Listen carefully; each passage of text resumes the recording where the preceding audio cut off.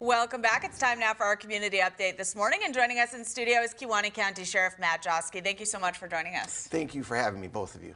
Your department recently had alert training. Tell us about it. Yeah, active law enforcement rapid response training, and what it is, sort of circles around is how we interact, how we respond to critical incidents, primarily active shooters.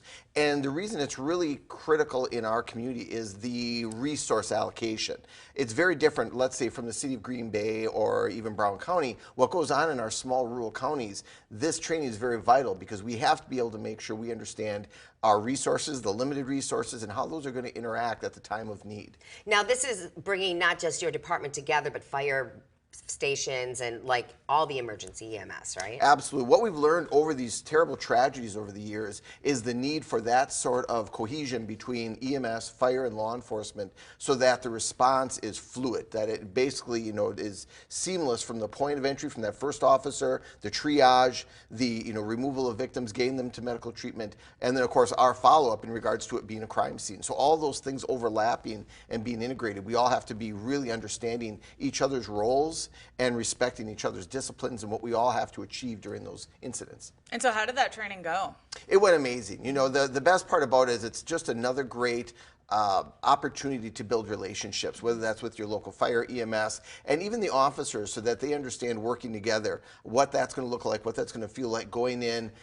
We do a lot with specific facilities, that school versus that school, that business versus that business, and understanding, again, the dynamics of each one, whether they're located out in a rural area or whether they're located in one of our municipalities, makes a big difference in those resources and how they're coming in. Now, the special thing about this latest one was the FBI was involved, right? Well, it's actually hosted by them, so this Yes. is an FBI training course.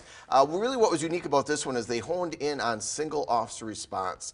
And for for some of my partners in the larger municipalities, they might be like, "A what?" Well, in our rural areas, that is the drill, that if there's an active shooter and I happen to be the first one on scene, I don't have the luxury of waiting by my squad. We're going in. So understanding the responsibilities and the roles of that single officer upon that initial response. Okay. And now, have you been seeing an uptick in suicides in the county?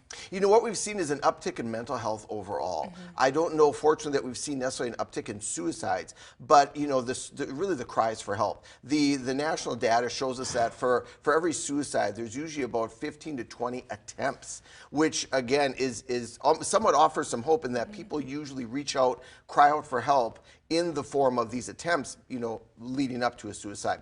So we are seeing an increase in mental health overall. Now, whether or not that is a result of what we've all been through in the last 2 years or just a slow accumulation over the decades.